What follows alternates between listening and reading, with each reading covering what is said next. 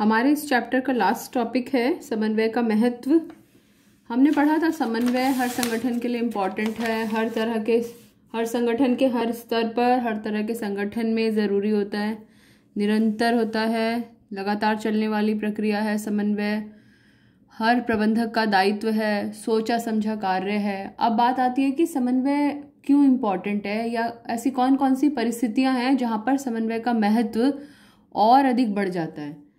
तो इसमें क्वेश्चन हमारा 3 मार्क्स में भी आ सकता है, कई बार ये क्वेश्चन 6 मार्क्स में भी आ सकता है कि वो कौन कौन सी 3 परिस्थितियां हैं जिन परिस्थितियों में समन्वय का महत्व और अधिक बढ़ जाता है। तो हमें यहाँ पर देखना है, ये नोट कर लीजिएगा साथ साथ। निम्नलिखित 3 परिस्थितियों में समन्वय का महत्व बहुत बढ़ जाता है। वो कौन कौन सी 3 परिस्थितियां हैं, 3 सिचुएशंस जब समन्वय सबसे ज़्यादा इम्पॉर्टेंट हो जाता है। एक विभाग को दूसरे विभाग के साथ में जुड़ना, एक प्रबंधक को दूसरे प्रबंधक के साथ जुड़ना, समझना, एक दूसरे को समझना कब कब महत्वपूर्ण हो जाता है। पहला, जब संगठन का आकार बड़ा हो। छोटे संगठन में तो समन्वय की जरूरत है ही है, लेकिन यदि संगठन बड़ा है तो जैसे जैसे संगठन का आकार बड़ा होता जाता है वैसे वैसे लोगों को एक दूसरे के साथ जोड़ना बहुत ज़रूरी हो जाता है। क्यों? क्योंकि बड़े आकार का मतलब ज़्यादा लोग काम कर रहे हैं, और जहाँ ज़्यादा लोग काम कर रहे हैं तो वो लोग अलग अलग अनुभव, अलग अलग उद्देश्य और अलग अलग पृष्ठभूमि लेकर संगठन में आते हैं। जब और अलग अलग उद्देश्य लेकर आते हैं तो एक प्रबंधक का दायित्व बन जाता है कि वो उनके उद्देश्य को संगठन के उद्देश्य में मिलाए।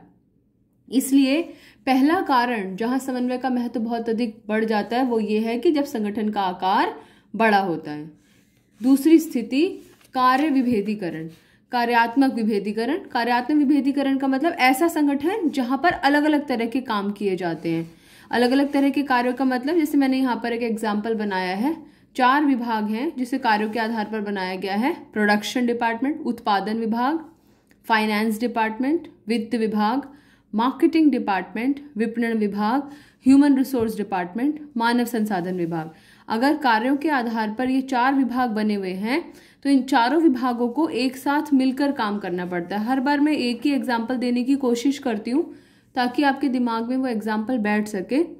फॉर एग्जाम्पल, उत्पादन विभाग है तो उत्पादन विभाग को, प्रोडक्शन डिपार्टमेंट मतलब उत्पादन विभाग, उत्पादन विभाग को विपणन विभाग से पूछना पड़ेगा, उससे मार्केटिंग डिपार्टमेंट से पूछना पड़ेगा कि बाजार में कितनी मांग है उस उत्पाद की, और उसी के आधार पर फिर वो उत्पादन करेगा।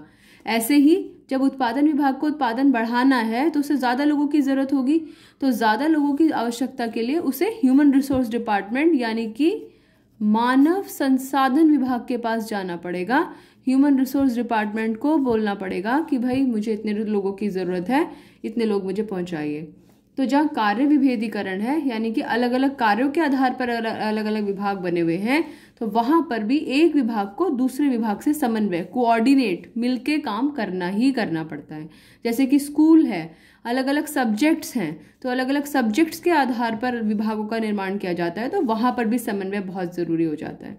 तो 3 परिस्थितियां जहाँ समन्वय बहुत अधिक महत्वपूर्ण है।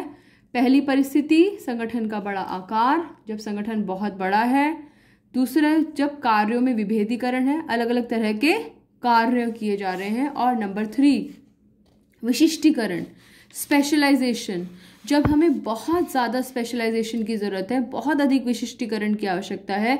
स्पेशलाइजेशन, विशिष्टीकरण कब? फॉर एग्जाम्पल, कोई नई टेक्नोलॉजी का इस्तेमाल किया जा रहा है, कोई ऐसी टेक्नोलॉजी का इस्तेमाल किया जा रहा है जो बहुत ही कॉम्प्लेक्स है, बहुत ज़्यादा जटिल है, तो ऐसे में भी समन्वय होना बहुत ज़रूरी होता है।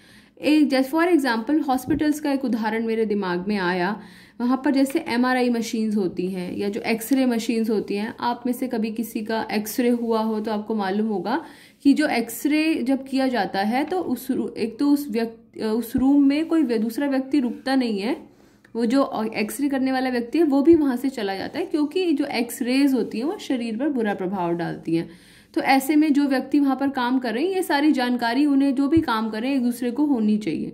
ऐसे ही जो MRI मशीन जो ऑपरेट करते हैं वहाँ पर भी हमें बहुत सारी जानकारी होनी चाहिए। जैसे कोई मैग्नेटिक वस्तु नहीं होनी चाहिए, कुछ मेटेलिक वस्तुएं हैं वो उपलब्ध नहीं होनी चाहिए। तो ऐसा नहीं है कि MRI मशीन की जानकारी केवल डॉक्टर्स को ही होनी चाहिए, जो लोग वहाँ पर छोटे लेवल पर भी कार्य कर रहे हैं उनको भी पता होना चाहिए। ऐसा एमआरआई मशीन से रिलेटेड एक बार एक्सीडेंट भी हो चुका है हॉस्पिटल में, जबकि कोई ऐसा व्यक्ति एमआरआई मशीन के रूम में घुस गया जिसको पता नहीं था कि वहाँ पर क्या क्या प्रिकॉशंस लेने चाहिए, और वो मेटेलिक सिलेंडर लेकर उस रूम में पहुँच गया और वो मशीन जो है वो ब्लास्ट हो गई उस वजह से। तो इसलिए अगर कोई नई और जटिल तकनीकों का इस्तेमाल किया जा रहा है तो ऐसी जगह पर भी जो लोग वहाँ पर काम कर रहे हैं उनमें आपस में कोऑर्डिनेशन होना, समन्वय होना बहुत ज़रूरी है। तो इन कंक्लूजन हमें कह सकते हैं कि समन्वय इन 3 परिस्थितियों में बहुत अधिक महत्वपूर्ण हो जाता है। नंबर 1, जब संगठन का आकार बहुत बड़ा हो। नंबर 2, जब अलग अलग तरह के कार्य किए जा रहे हों। और नंबर 3, जब कार्यों में विशिष्टीकरण हो। ये इस चैप्टर का लास्ट टॉपिक है। इसके बाद में ये कंप्लीट करने के बाद में, वीडियो क्लोज करने के बाद में अगली वीडियो देखेंगे। उससे पहले अपनी नोटबुक निकाल लीजिएगा और जो जो क्वेश्चंस मैं आपसे पूछूंगी उनके आंसर्स लिखते जाइएगा, और फिर लास्ट में हम उनके आंसर्स टैली करेंगे और मार्क्स देखेंगे। कोई चीटिंग नहीं करना, ओके।